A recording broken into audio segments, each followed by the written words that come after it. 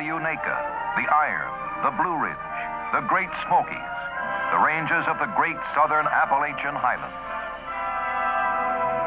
Covering 40,000 square miles, it spreads over portions of 7 states. Farmland in the valley is fruitful.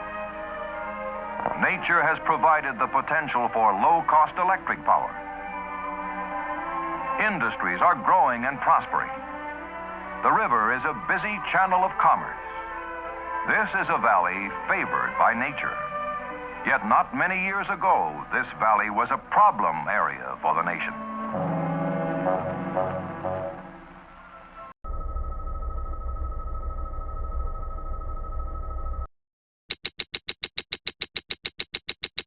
And people in Roane County, Tennessee still aren't sure this evening just how bad a disaster they are facing after a coal ash spill that has covered neighborhoods and choked local rivers. Seeing this blackened moonscape, residents are still in disbelief. What hit eastern Tennessee Monday morning lit up emergency lines. There's a heck of a mudslide or something that came through our backyard. Not a mudslide, a sludge slide. In a retention pond outside a coal-burning power plant, sludge suddenly burst through a wall, sending 1.7 million cubic yards of it, enough to fill 520 Olympic-sized swimming pools, into the surrounding neighborhood and into the Emory River. 1 billion gallons of muck shot into the Emory River like a black tsunami, engulfing homes, uprooting trees. Everything's gone. Residents woke up to an apocalyptic moonscape of ash bergs everywhere. You take the ash from the plant once the coal has been burned and you stack it in a pond, and that's what we did. And apparently the dike that was there failed, and as a result there was an ash slide, like a mudslide. I was downstairs. I lived with my parents at the time, and the wind was ferocious, and they had one of those gravity swing chairs hanging on the porch, and I was concerned that because the wind was so bad that it was going to swing back and hit the window. So I was standing there watching the chair and figuring how I could get it down when I saw across the lake lights flicker, and I looked, and there was a pretty good moon out that night. I didn't have any idea what it was, but within seconds, since my daughter Amy happened to be looking out her bedroom window to make sure the wind wasn't blowing the swing into her window, actually saw the wall of water coming across right behind me here. I see a wave, and it is as far right and left as I can see. It's completely across from one end of the lake to the other. From where I was standing, it probably looked about 1.5 feet. Tsunami wave. It was one solid, like you would see in the ocean, one solid wave curling over, and it came across the lake as far, and then it hit land. We heard this big boom, and we're yelling, "What's that? What's that?" And so I came running upstairs, and we had one of those big spotlights, and my dad was upstairs, and we went out on the deck, and my parents' dock was now completely tilted. The neighbor's jet ski, they had 2 jet skis. The wave hit so hard onto the land that it projected the jet ski off of their mount, and it flew or crashed with the water, I'm not sure, 105 feet. And landed on my parents' dock, and just... It was a pretty wild night from that point on. Did you hear anything? It was like 2 a.m. Did you hear anything? Any kind of noise? No, well, one of our friends called me in the early morning and said, "Carolyn, are you all right down there?" And I said, "What do you mean?" That's when I found out about the spill. So my son and I were just sitting up. He was 14 at the time, and we were just sitting up talking, and of course back then we had pagers that we wore, and it would, when we got a call, it would, the tone would beep, and it would tell us what we had. It came across, the dispatch said it was a mudslide that happened around the TVA steam plant in that general area. It was probably at this point a little bit after, I want to say maybe a little bit after midnight. And so I was the city clerk and I called Chris Mason, the mayor, and couldn't get a hold of him. And so I called his sister-in-law and told her, you know, you've got to wake him up. I had no idea that she was not even at their house. And so she had to get up at about 1 o'clock in the morning, or after midnight, and go over there. And so it was around 1:30 or 2 before he finally called me back. My clerk at the time, Amy Torres, called me, woke me up, and told me that she was trying to describe what had happened. And at the time, she actually lived across the river from it. So she was trying to describe, she said there was a dike that had broken, and she wasn't sure what, nobody really knew. I told him, I said, I don't know, what's happened. But it's our fire, it's our police. We need to get involved. We need to know what's going on.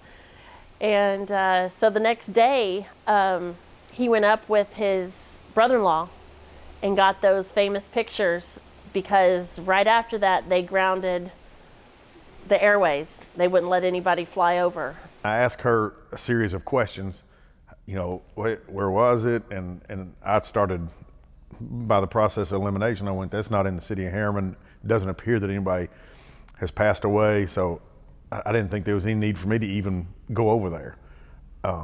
So I told her, thanks for calling, thanks for letting me know. We'll look at it in the morning, because it wasn't in the city limits. So I didn't think it was going to pertain to me at all. It was around 2:30, the phone rings. My wife had just had some surgery. Phone rings, and it's Howie Rose. And is Mike there? No, he's still out at the, of course he's here. It's 2:30 in the morning. And it was probably, I was one of the few people that there may have been some relief that morning. Howie said the dike broke. Well, the dike for residents of Kingston is Highway 70 out here. Okay, and so I said, anybody hurt, anybody killed? And he said, it's too soon to say.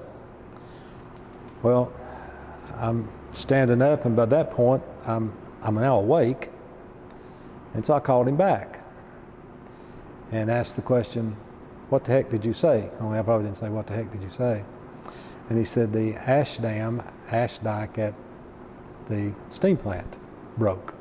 We had a city manager by the name of Jim Pinkerton, who was always very good in informing me of when anything had happened. And he called me that morning and told me, he said, Mayor, we have an incident over at the steam plant. And of course, he said, I don't know what really that it is, he said, but it may be bad. And I said, well, I'm not doing anything today. I'll come down and we'll go over there. We got together with the TVA people and the emergency response people that were there, and they held a little impromptu meeting to get everybody together, and then they took us for a ride in a four-wheel drive vehicle to see the perimeter of where the ash had gotten to and all. We got to a part to where we couldn't go anymore in a vehicle, and it was pretty far around Circle Drive from the Harriman side. But we ran into what it looked like a mudslide, because I mean it was dark but we had a really nice moon that night, and it was very, very cold. Behind me here, looking across the river, is Swan Pond Road, and Swan Pond Road and the railroad track that runs beside it had been taken out by the rush of the water. Didn't know it then, but saw emergency lights, red and blue lights flicking coming from the right-hand side, from the Harriman side, and then saw others coming from the Kingston side and the left-hand side as you're looking, with a big black empty space between them. And we had heard that there was a house that had been moved off its foundation and moved about 75 to 100 feet uphill. Well, if you know anything about mudslides generally go downhill. And so this was very unusual for a mudslide to be going uphill. And when we got kind of up into the muck, of course it had already started to freeze, and so that helped a little. But when we got up there, we saw the house. It had moved. Then there was a gentleman inside the house. His house had moved, and he had ridden up the hill in the ash. But the house was pretty much intact. So we got him out of the window. When they were getting him out, he said, "You know, I'm not much about going to church, but I think I'll go Sunday." Well, the first thing was, is anybody hurt? You know, that's what, you know. And they assured me, you know, they'd been there most of the morning and that they had not found anybody dead or seriously injured. I think one fellow climbing out of a window had hurt himself a little bit. And then we didn't know how large of a scene we had. We knew that it was barricaded the wall of what we didn't know at the time. Light comes. And that's when we start seeing the destruction, mostly just along the river. As I said, our houses were higher, but over there used to be a little white farmhouse right across the river from us, and it had coal ash up to the eaves. That the whole bottom floor of the house had to have been encompassed by that stuff. If you look up today, if you Google TVA ash spill, Tennessee, you got Jim Rivers' White House with that Christmas wreath on it. That's what Roane County has to live with forever. At the time of the spill, I had a land contract on that with a man by the name of Perry James. I did not see the tsunami. I saw the aftermaths of it. I saw the, you could tell in the, I think I've got a picture of it in here somewhere, yeah, of how high it was. There's a picture here where the water came up over the garage doors and the mud layer. Well, that whole water level went all the way down the river. And Howie Rose, who was the director of the emergency management team at the time, he was on scene by this time. And so we started formulating a plan to just see how many houses had been affected. So we started going door to door, and if they had, well, even if they didn't have damage, but in that general area, we were making them aware of what had happened. And so I remember a funny story that one of the teams, of course, we went out by twos to knock on the doors and to see what we had and to let the people know what they had going on. And we went to this house, and it was an elderly, there were sisters living in this house, and that group was greeted with a shotgun. The way it looked, you would think that you were on the moon. You had, it almost looked like some craters in it, and it was very gray, very, very gray. It looked like the lunar. It looked like pictures that you had seen from the lunar surface. And all that area was real familiar to me and everybody around here. We grew up playing ball there, fishing there, hanging out. We knew people that lived there, and when you went and saw it, it looked like it was just gone. It looked like it was just mass destruction. It reminded me of one of those old B-class movies. You know, you go into a big screen and all you see is the lunar moonscape or something like that. And that, everywhere we went, it was just like being in a theater and seeing a big screen of that. So obviously the more we went, the more we were, you know, just awed by the enormity of it. It was something, you know, golly. It wasn't the best smell in the world either. But we. What was the smell? What was it? I wouldn't say it was sulfur, but it was a stench. You know, it's like something that I really had never smelled before. But If you go into a pond, I'll say it's very similar to this, and you reach down and grab the mud that's been in that pond, and it's of course ponds are usually pretty stagnant, and it has that kind of an odor. That sour kind of. Kind of sour, mildewy, musty. Yeah, it's a very unique. It was a very unique smell. It's catastrophic. The sludge was so deep. If I'm not mistaken, back in the day, that channel was about 35 feet deep, and it was sitting about 10 feet on top of the water. Director Rose went and met with the CEO because he came in, and he came in by helicopter. I think County Executive Mike Farmer was the first elected official on the scene, and I was the second with Mr. Pinkerton, and they brought us in and said, look here, this is what we know. And they did not try to hide anything. I'm going to say it was 3:30, 3:40, something like that. I mean, it didn't take long to get dressed and get over there. And so, walked in and talked to Mr. Kilgore. I had two questions. When was the last time this was inspected? And the answer was within the last week. Well, that's a good answer. Who inspected it? We did. Has it been checked recently? Yes, it's checked periodically. There is a schedule of inspections that are being done. I'll have to get you the exact time it was checked last, but it is checked regularly. Hey, I took a test the other day and I thought I did really good. I probably made 100 on it. What I understood about that is that they had a routine of going out on the ash spill, and I don't know how you inspect anything, but the people that were there, I think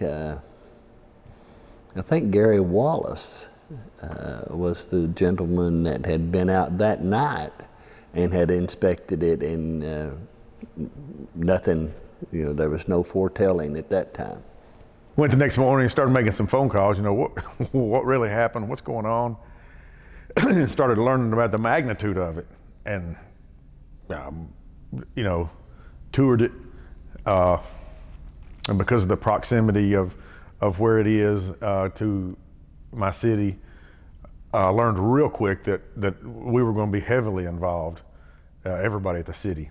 And what I remember most is that every time we'd turn a corner, I'd say, damn.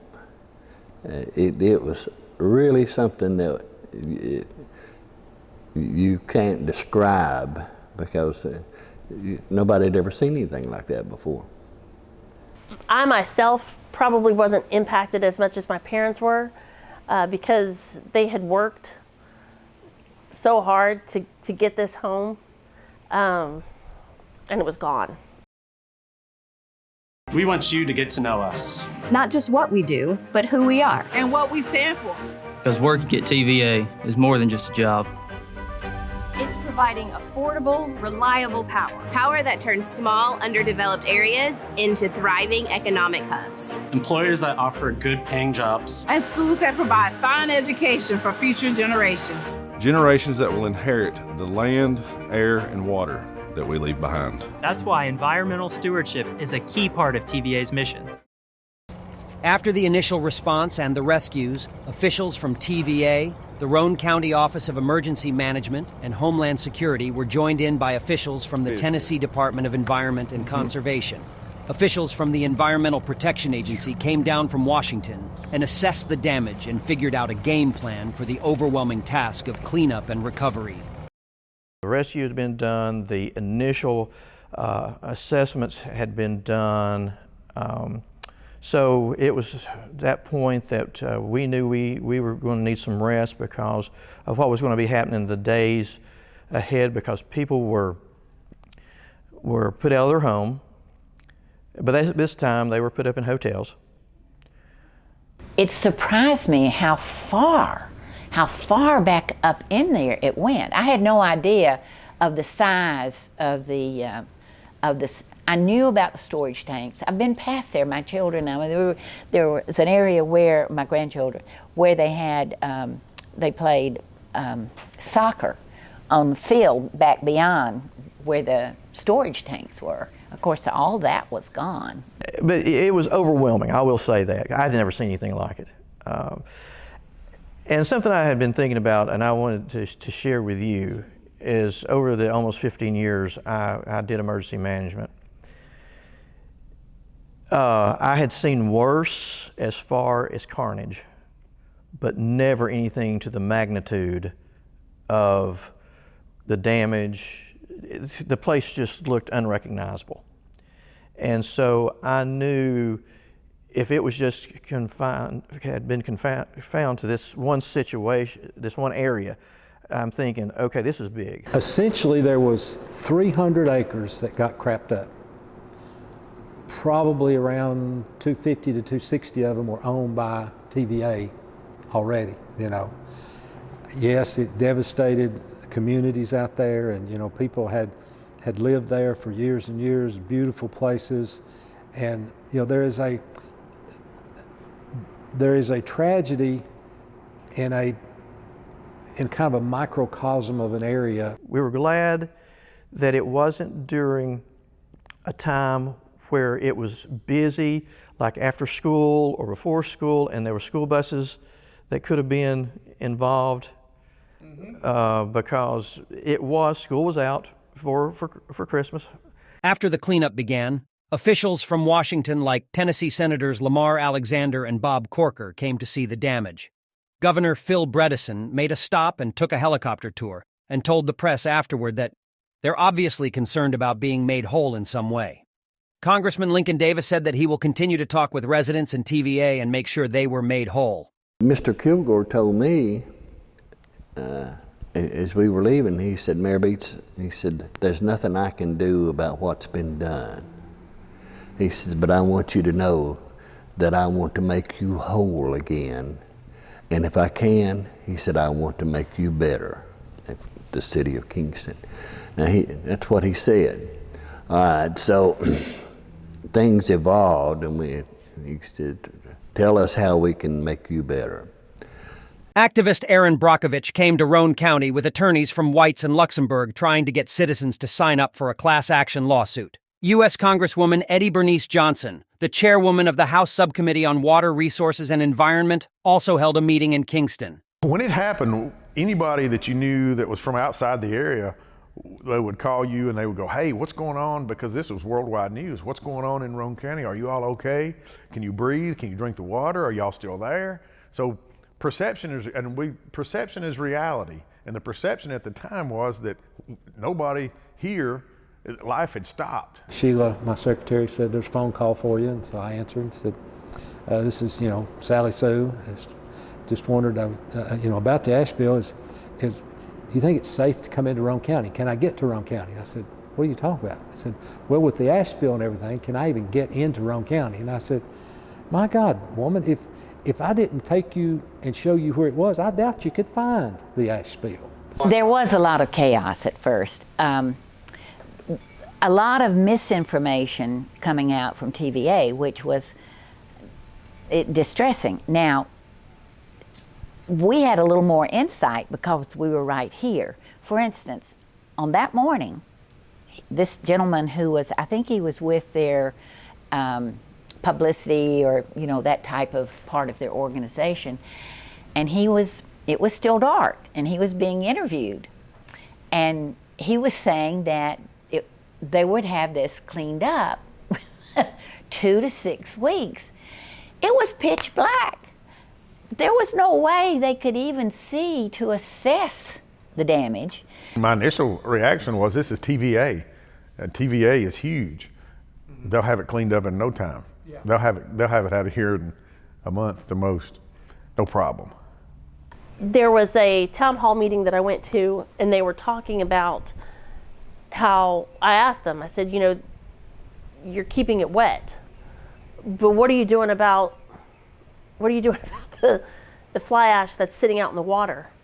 And you're keeping it wet on your property, but what are you doing about all of the stuff that's drying out in the middle of the lake that's blowing into our house?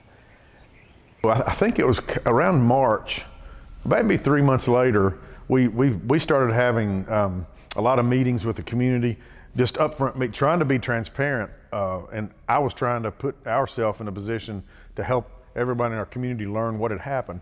So we started holding a lot of meetings, community meetings, and just for people to have question and answers with us and with TVA.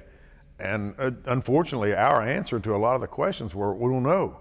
And people got really frustrated with us at the time because they would ask us, you know, what's going to happen now? How long is it going to take? What's this? What's the process? And our answer a lot of times was, I don't know. We'll find out and get back with you. And they got really upset, rightly so. But this has never happened, like we said, in ever.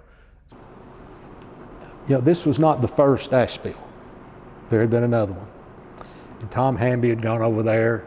He'd taken a little bobcat and scooped up some stuff. Well, he got a call at 2:30 and said, hey, we've had an ash spill over here. So he called some folks up and got his little bobcat and took off over there. And so he called back and said, I'm going to need some more equipment. But God, I love Tom Hamby. I think this thing had busted a couple of times prior to that. Little small leaks, I think, is what they were. We didn't know. We weren't aware of that. So when you get in there and you're digging up, the biggest thing that I wanted them not to do, and was I didn't want them to go past the mouth of the river in the cleanup, because I didn't want that stuff to get stirred up and get on. We started talking about what is in the ash. What are the toxins that are there? Could it contaminate our groundwater? Could it contaminate wildlife? Is it in the air? As mayor, you know, your whole purpose, your first sole purpose as mayor is safety of the people of the community of Harriman, the Roane County. I didn't know at the point, at that moment, what was involved in the, what was in the ash. I pretty ignorant on these things, but I didn't know how the process was done. You know, where they burn the coal, it produces this fly ash, which then has to keep wet in order to prevent it from getting. The TVA at that time was telling us coal ash is safe. Yes. The lawyers come in and they tell you that you can't go back and sue if you get sick, but then also too, they're offering health testing. So when you hear all this, how do you react to that? Well, as my grandma once told me, you don't buy a pig in a poke. I was in the kitchen and I happened to see a blue cup there, and I thought, boom. And I just filled up the cup and didn't have a lid for it. I put saran wrap over the top of it. I says, I'm going to drink this water and to show people that, you know, I trust the water, and I trust the water enough that my grandson's formula was being made off of that. And probably a lack of understanding of what was really going on there. You know, I heard people say, well, it's stuff occurring naturally in the environment. Well, so is uranium, but you don't want to put it under your bed. What really infuriates them is executives from the power plant telling them that coal ash is as safe as dirt. We have broken the trust of... Anda Ray oversees environmental policy at the Tennessee Valley Authority, which is responsible for the spill. I asked her how toxic she thinks coal ash is. I'd say that the constituents, the things that are in the coal ash, are the same things that are naturally occurring in soil and rock. So is it like dirt? Would you say that? Would you say that sentence? That stuff is like dirt? That ash material is higher than dirt in two areas, and that is arsenic and thallium. Besides finding clays, quartz, iron oxides, and aluminosilicate glass caused by combustion at high temperatures, coal ash contains major constituents of silicon, aluminum, and iron, lesser amounts of calcium, magnesium, potassium, sulfur, titanium, and phosphorus. There are minor amounts of chromium, nickel, zinc, arsenic, selenium, cadmium, antimony, mercury, lead, as well as uranium, which is commonly present at 10 to 30 parts per million. There's been the rumors about cancer and carcinogens in the ash and all that. And you know, I think people just wanted money, because nobody that I know got sick. And we stayed here and we didn't get sick. Well, the deal, it was immediately upon people thinking they had health issues, they called in Vanderbilt, and maybe I think Johns Hopkins or something, and they actually set up like a clinic for those people to go to, and these were doctors that weren't TVA doctors, they were reputable doctors, and offered them medical care, medical examinations, answered everything that they wanted to do. I didn't know at that time what all was involved in it. We started doing some research though on what was involved. My husband had COPD, and we were aware that once that coal ash dried out and the wind hit it, it would be blowing, and that would be very devastating for his particular health.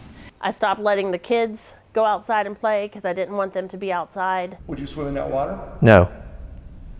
You know, I found kids swimming in that water. No, I wouldn't swim. I don't even swim in the water 10 miles down the river from there because I've heard too many stories and I've seen too many samples of what has come out, and it's not been from TVA, let's just put it that way. The county gets $43 million. How did you come up with that number, $43 million? Okay, first off, TVA says we want to do an economic assistance. This is in no way any payment for any kind of damages. We just want to provide some, right now, economic assistance for the county. And so, you all go out and you identify needs, and we're going to try to fund them. They've said $25 million. And we wanted this. I wanted some, help for schools and this, and this. And so it came out to $43 million. But now when you accept that, understand that is in no way payment for anything. We'll talk about that later on. I said, we have started a project, trying to start a project that we think will help not only Harriman, but it will help everybody in the region, especially the youth in the region. And I gave them the whole history of this building that we're in. And at the time, it was uninhabitable. So they said, what kind of money are you talking about? And I told them what the rest of the total project cost was. And they said, I don't know, let's okay, thank you, we'll think about it. And some time went by, and I was on another board where with other mayors, and TVA approached us at that time. This was a few months later, and they said, hey, the city of Harriman, Chris Mason has brought a project to us that he would like for us to consider. My personal feeling is that we needed, yes, we got, Kingston got their sewer upgraded. Harriman got money for the Princess Theater and something else. Roane County got new schools. I don't remember if Rockwood got, anyway, everybody got a little bit of money. From an economic impact, and at that time, a reduction in property values, it's still my belief that Roane County should have received somewhere in the neighborhood of, I'll say, $15 to $20 million a year for a period of 10 years. This was a project that was already on our radar, just trying to figure out how to fund it. So this happened. This project, that the money was given from TVA to the Princess Theater Foundation, which is a nonprofit group, but that money was $1.7 million. Everybody else's projects, I think the city of Kingston's project was it was a sewer plant, around $5 million. The county's project was a school project, around $32 million, which was on their radar. And the county at the time, the school board, I think, was trying to figure out how to fund their $32 million project. We had a foundation meeting, and we presented what ours was. The county wasn't ready at that time, but the county was involved in a school building program at that time. And there was thought that would help.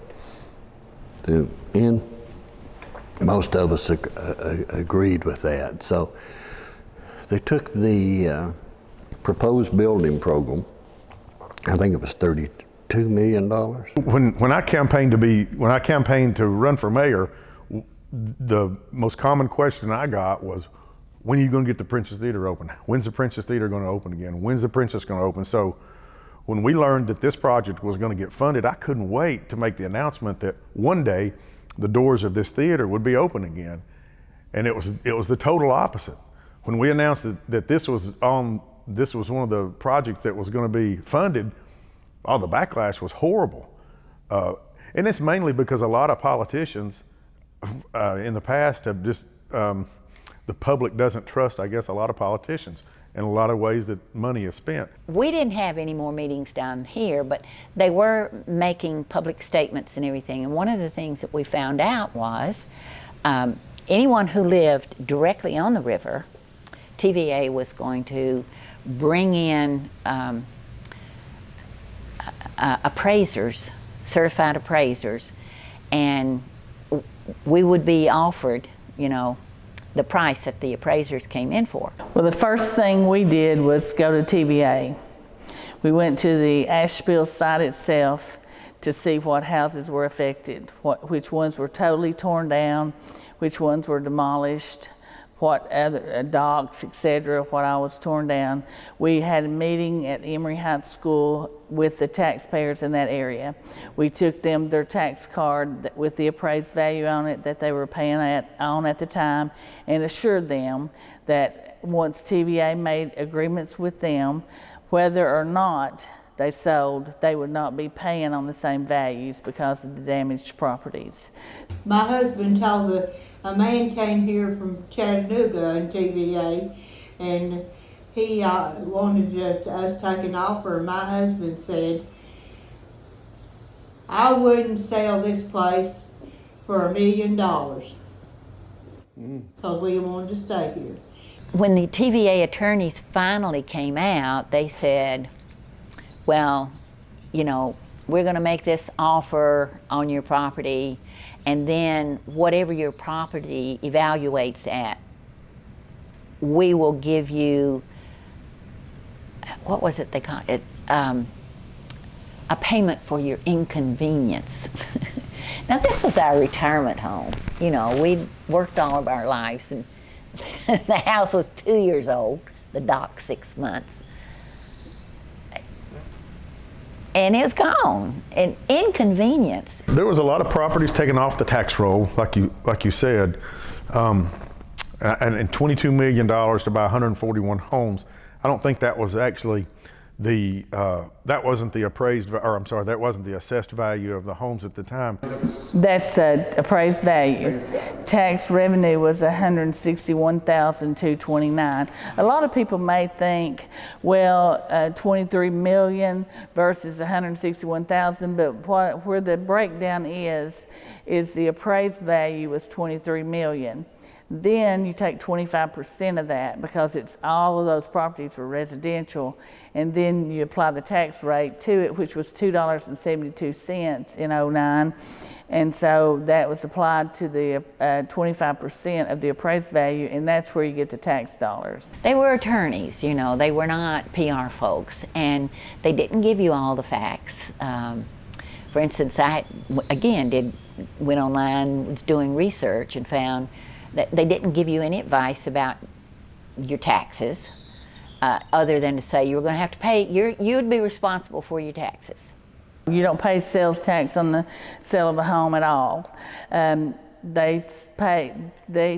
Unfortunately, this happened at the end of the calendar year in December. So the tax year is the calendar year. The new tax year began in January. So when they started purchasing the properties, they purchased December, January, all the way up through September of the following year. People ask, was it fair?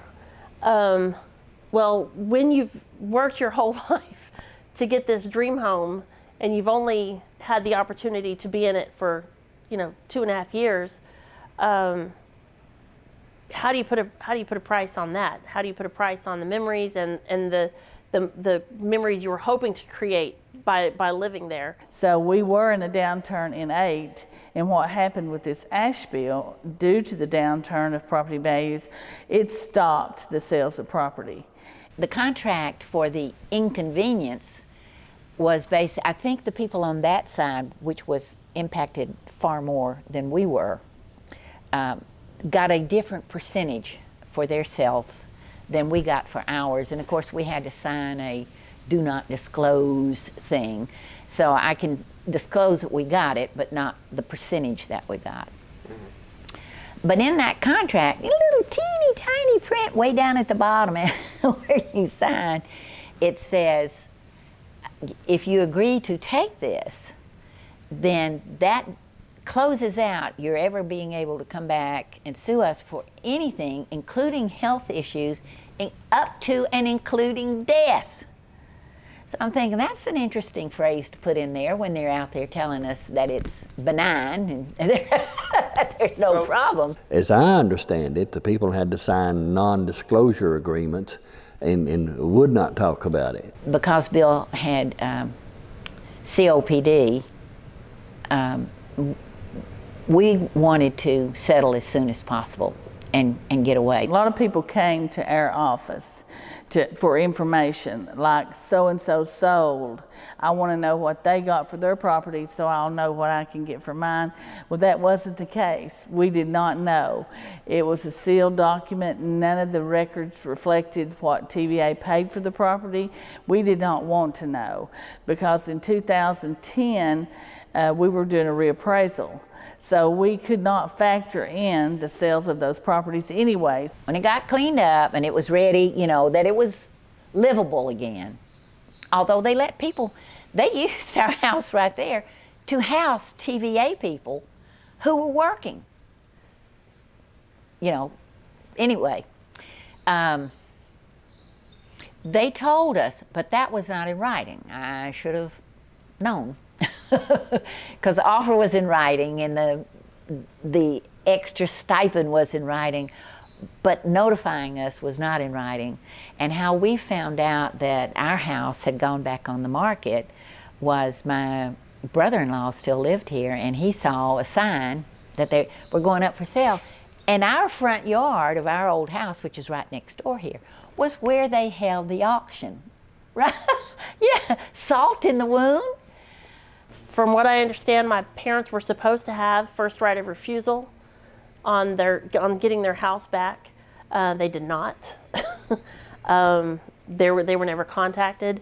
And then to add salt to the wound, they had the auction in their front yard. I saw some of those houses, and I don't know who bought them back, but the people that sold those houses, most of them, especially in that crowd, really hadn't had any ash damage to their property.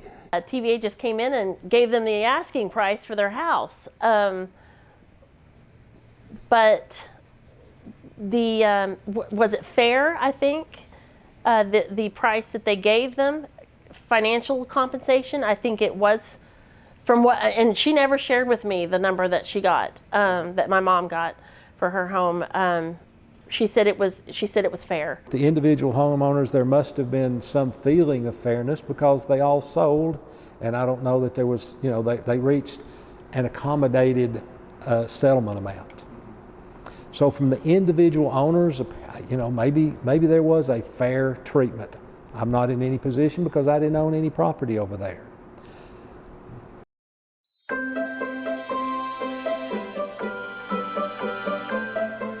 This holiday season is a special time for family, for friends, for colleagues, for the people we treasure most and the people we depend on most. This holiday season, the people of TVA and local power companies will be on the job at facilities all across the valley, continuing to provide the clean, reliable, and affordable electricity that keeps our families safe and comfortable and helps bring good jobs to the valley and keep them here. It's what we do, TVA and your local power company. Hard at work this holiday and every day to make your life better.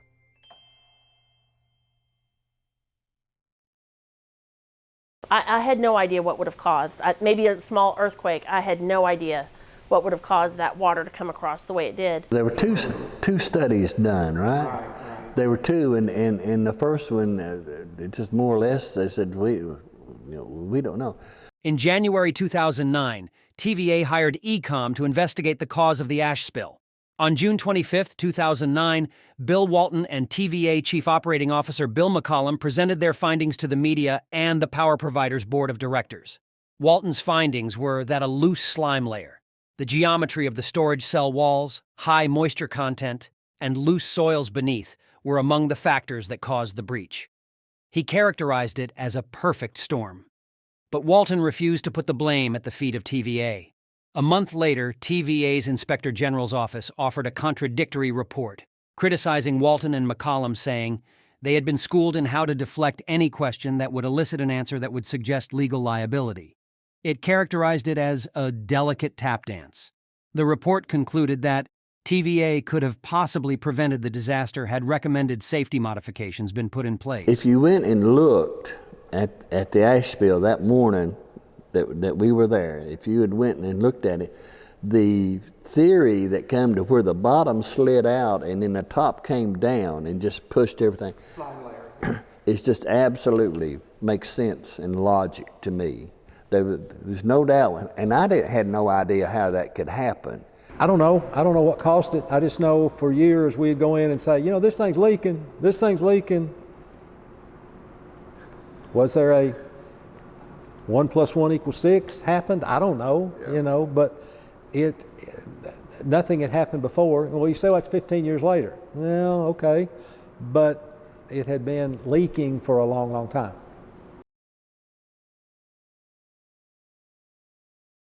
There's a split answer to that.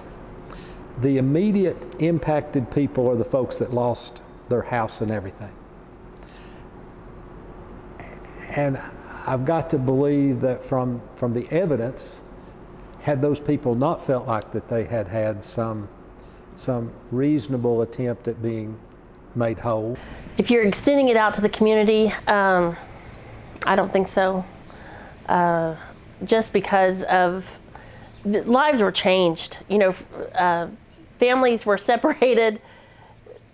I mean, yes, we made the choice to move to Colorado, but we probably would not have done that had TVA not happened. And like I said before, with my mom, financially, they made her whole financially. Physically, I think TVA made whole. Yes, they monetarily, they made whole. Now, image-wise, the city of Kingston is probably still being referred to as a place to where that ash spill happened. I guess it depends on what you consider whole. I don't think that any amount of money or anything that they could have done could have made it 100%. Now, I think it was very well done. I think that they were trying to, I think some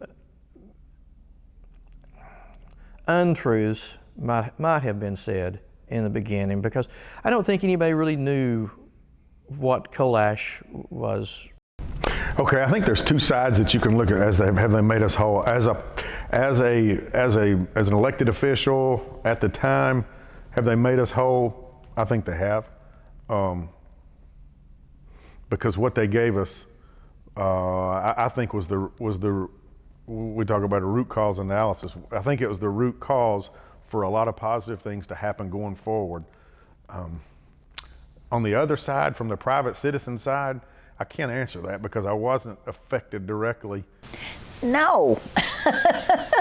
No, they didn't make me whole. Look, I would have had so many years to live there in peace and contentment with my husband. But instead, we went someplace else, and it's a lovely place, and he died there, and he'd written down he wanted to be cremated and have his ashes spread over the river. I'm sorry. And so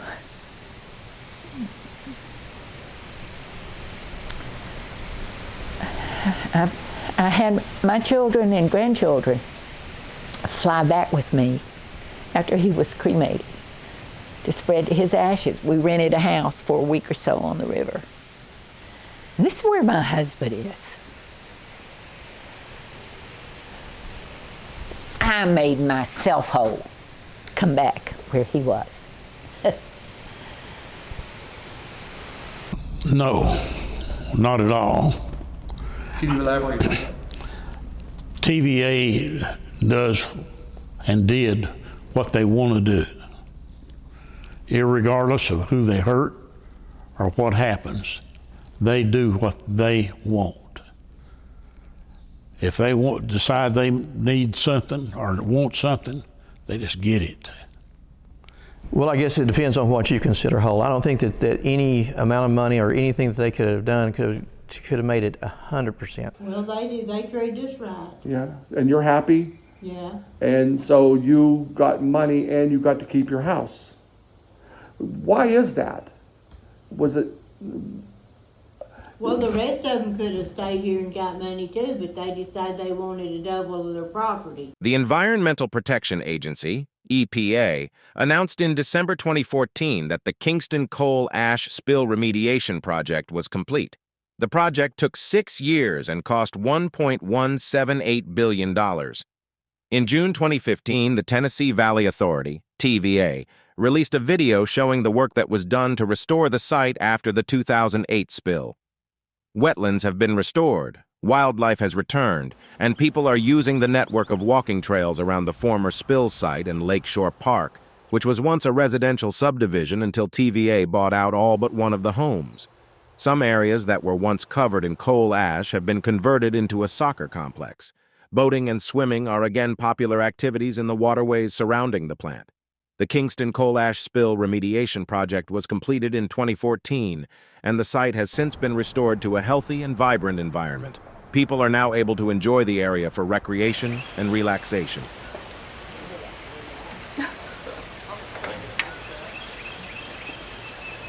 Cameron Daniels. And you, sir? Mason Roberts. Where do you guys live? I live right down the road. Yeah. How long have you lived here? My whole life. I think it's fun. I think it's fun out here. What do you think of the job that TVA did on fixing this up? I mean, I'm sure you saw photographs, right? Yeah, I think they did a really good job. I think it's way better than it was before, yeah. Yeah. In what way do you think it's way better? A lot cleaner, I guess.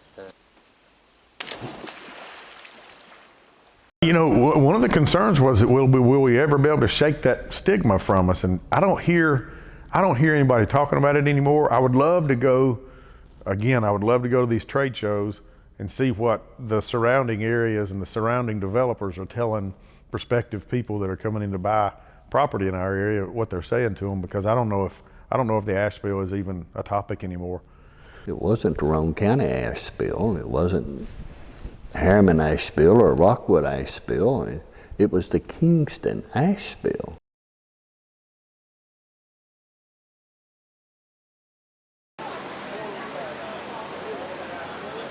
This is a public meeting to present information and get comments and feedback on various options for the future of Kingston fossil plant, whether it stays open or closed, and what could replace the generation if we decide to close it. Kingston spill changed a lot of things about the way we do business at TVA. For one, we got rid of all wet storage, so all of our coal ash is now stored dry.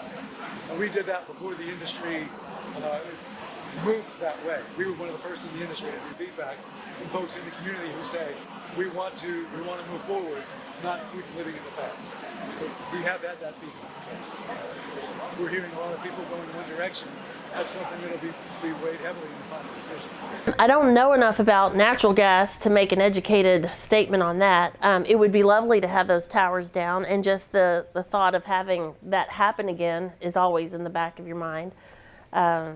We lived in Colorado, right next to down the road from the Air Force Academy, and they are fully, if I'm not mistaken, they are making the change to solar. So I think that would be fantastic. Even maybe put in a few turbines. The amount of wind that comes off of this lake is pretty impressive. I mean, it's obvious we're going to have to go to other forms of energy. I just hope that we're not so stupid that, like a congressperson said, we need to get away from fossil fuels and use things like natural gas. Here's your sign, honey. You want to think about that.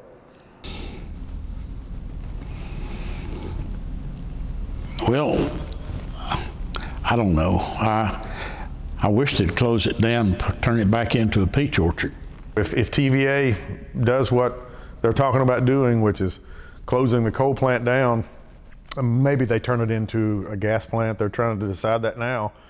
But I think we may find out the hard way how good of a neighbor they were after they're gone.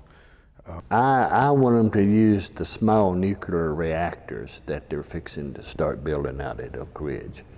And what people don't seem to think, but if an aircraft carrier in the United States Navy is powered by a small nuclear reactor, and it supplies whatever is needed for a town of 5,000. The city of Kingston's 5,000 people, by the way. And these are small enough to put in an aircraft carrier. They could set 2 or 3 of them over there in the grid that's already there. I love the concept of where TVA is going with their, at least when they talked about, was the small package. I used to call them, first time I ever heard about this was probably in the late 70s. They called it a reactor in a box. Kind of how I take TVA in any big entity like that is because there's a lot of super people that work for TVA, and I made some good friendships with some people that work at TVA, super trustworthy people. But TVA as a whole, I think you trust but verify is how you have to handle them. I think that they made some nice restitutions to the cities. I mean, we're sitting in a building today that was pretty much gone, and they pumped some money into the Princess Theater that today is being used a lot, and it brings a lot of community together, and I think that this was a very good use of money. This old, dilapidated, empty building is now alive and vibrant and creating positive activity down into a downtown that was totally dead.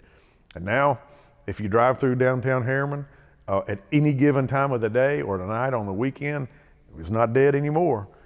There's a lot of stuff happening in the city of Harriman, and I think it goes back to this that started it. This project, positive activity breeds positive activity, and this project was the first little bit of positive activity that happened into a dying town. And there's been a lot of things happen since then. This project has brought thousands and thousands and thousands and thousands, tens of thousands of people downtown to different events here at this that never would have come down here. You can't unring a bell. And on December the 22nd of 2008, there was a tremendous bell rung that said the city of Kingston had a tragedy ash spill. TVA could not have fixed that. I can't fix that. We tried. I set aside $1 million of the foundation money for image repair.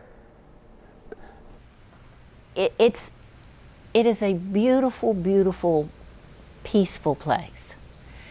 And I'm a religious person. I feel close to God here. I feel at peace here.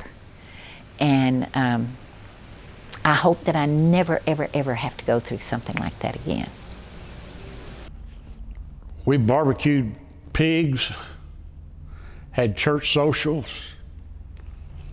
We had two separate times that we stayed all night, barbecued a pig, picked it, and then had everybody at the church out to eat. That's memories. That's memories TVA can't take away. They tried. But in some of us, they still live. Rome County is a beautiful place. I mean, it is a beautiful place to live. The people are wonderful. It's a beautiful place to work. It's a beautiful place just to get out on the water. And I have a lot of out-of-town friends. When they come here, they're amazed at how beautiful the land is from the lake. And if you've never been out in a boat on the Watts Bar, up the Tennessee, on the Clinch and the Emory, where all the rivers come together and lakes come together, you have really missed a view. The sunsets that come over here, they're unbelievable. And you'll hear at least one of us 2 or 3 times in the evening, one of us will say, God, I love this place. And because when you just walk through and you look outside and you can't beat it. We work long hours at Kingston, sometimes around the clock, cleaning up the coal ash spill that changed our lives a lot. They gave us hard hats and safety glasses, steel-toed boots, air plugs and gloves, the safety vest. He had had a dog in his backyard and it, disappeared. Don't know what happened to the dog. A few days later, a week later, it showed back up, and of course they changed its name to Lucky. So, there was, as tragic may be, as bad as it was, there was some cute little thing is I took my first helicopter ride as a result of that, and when we got on the helicopter, and I think the Mayor Mason and I were in that helicopter at that time. But when it got up in the air, I looked down and all I could say was, damn. Backlash was horrendous. A lot of bad coverage. It's funny, there was some little newspaper or some little thing out of Chattanooga that at the time, it was around Christmas time the following year, I got a lump of coal award for having this project funded. A lump of coal,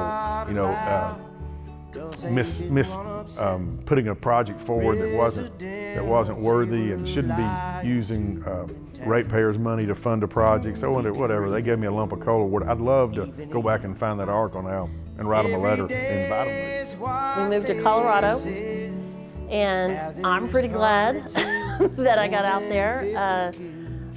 We got to see my sister's family, my nephews grow up, which we had not previously had the opportunity because they're military.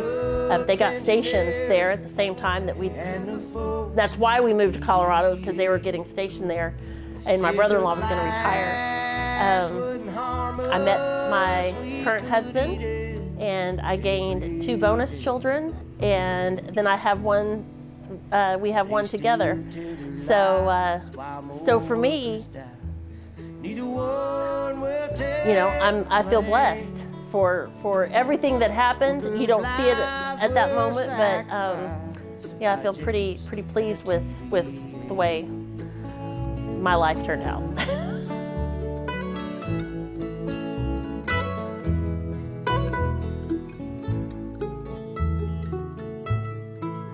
Why do we let corporations and greed rule the land? Politicians are bought and paid for. They lie to us because they can. Ain't there laws in this country to keep workers from harm's way? 'Cause the greed can't feed the folks in need their health insurance paid. And Jacob's Engineering and the folks at TVA sent us to the ash piles and some to our graves, where their lies were told and debt took hold, carried some of us away. The Workers' lives were sacrificed by the damned old TVA. They still tell their lies while more workers